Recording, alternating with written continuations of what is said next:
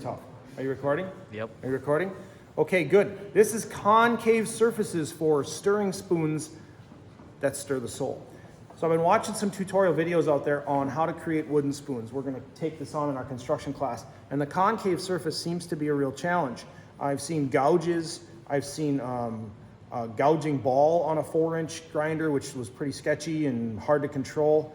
And just hand sanding, right? So one tutorial video I saw was before we create our blank, cut our profile, we have a billet, a block. So it's nice to do that gouging prior because it's easy to clamp when it's a billet. When it's a spoon, after we've cut that profile out, that makes it really tough.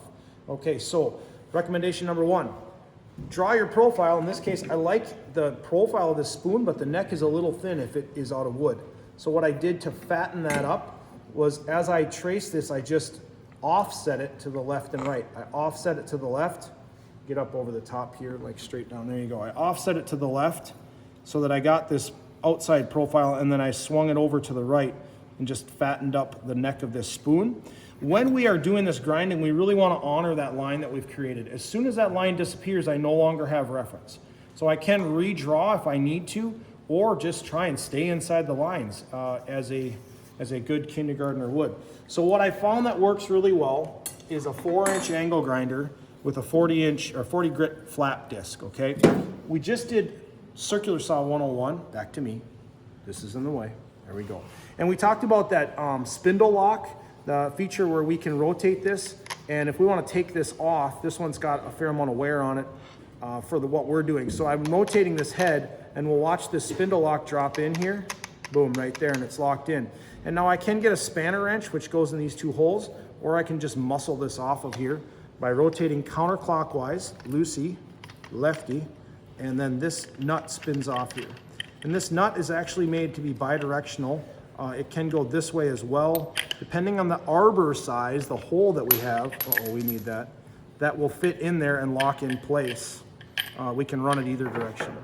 So this piece goes on first. We can see that there's flats on there that drive this.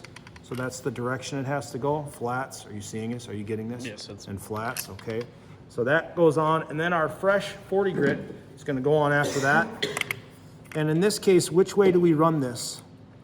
It does have a centering, a little bit of a raised collar there for centering our 4-inch grinder. I put it this way with the flat side down because it creates tension. If I put the collar facing down, this will spin inside it and won't tighten up. This is all still below the plane of the grinding surface, so you can see that this spins down below that. Are you getting that? Good angle? You're liking it?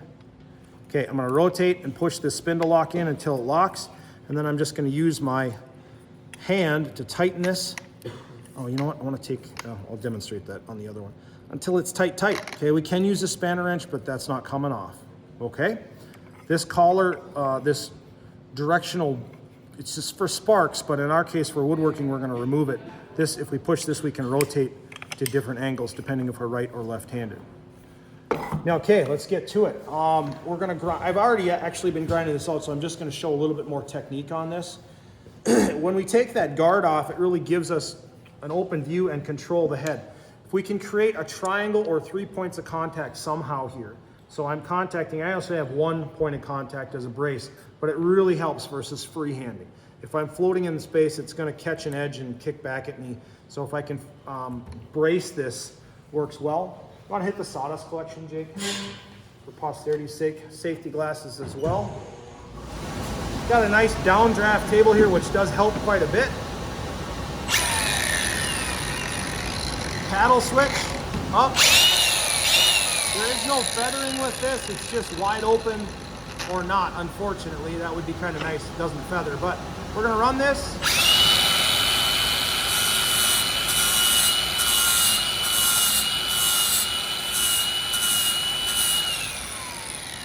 So the keys to this are always keep it moving, don't contact it directly without sweeping or moving, and it cuts really fast, so it's gonna leave edges and cuts if you push down or put any pressure. It takes very little pressure. Think about if we were just dusting this surface off. The flatter we go, the less edge cuts it's going to show. The steeper we go, the more of a concave surface we can get. So if you can see that, I could potentially go that deeper yet and get a deeper cut into my spoon. But as I flatten out, it can match the profile that I want. Okay, so I can go a little bit steeper here.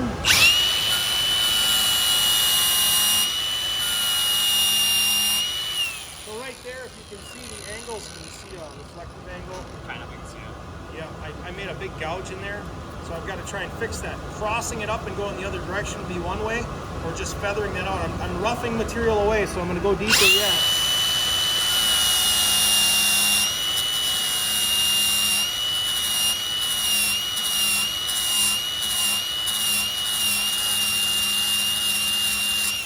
Now I'll cross it up. Getting a little dusty in here.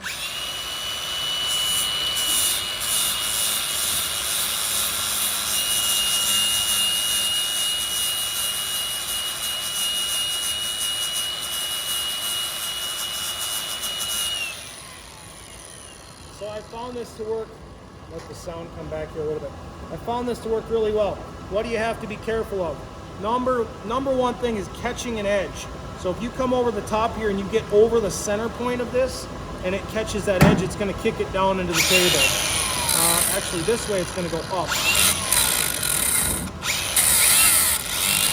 I don't even think I have to worry about simulating. Not as bad as I thought. Normally angle grinders with metal, kicks it up, blows up the disc, bad deal. Okay. So this is working really well.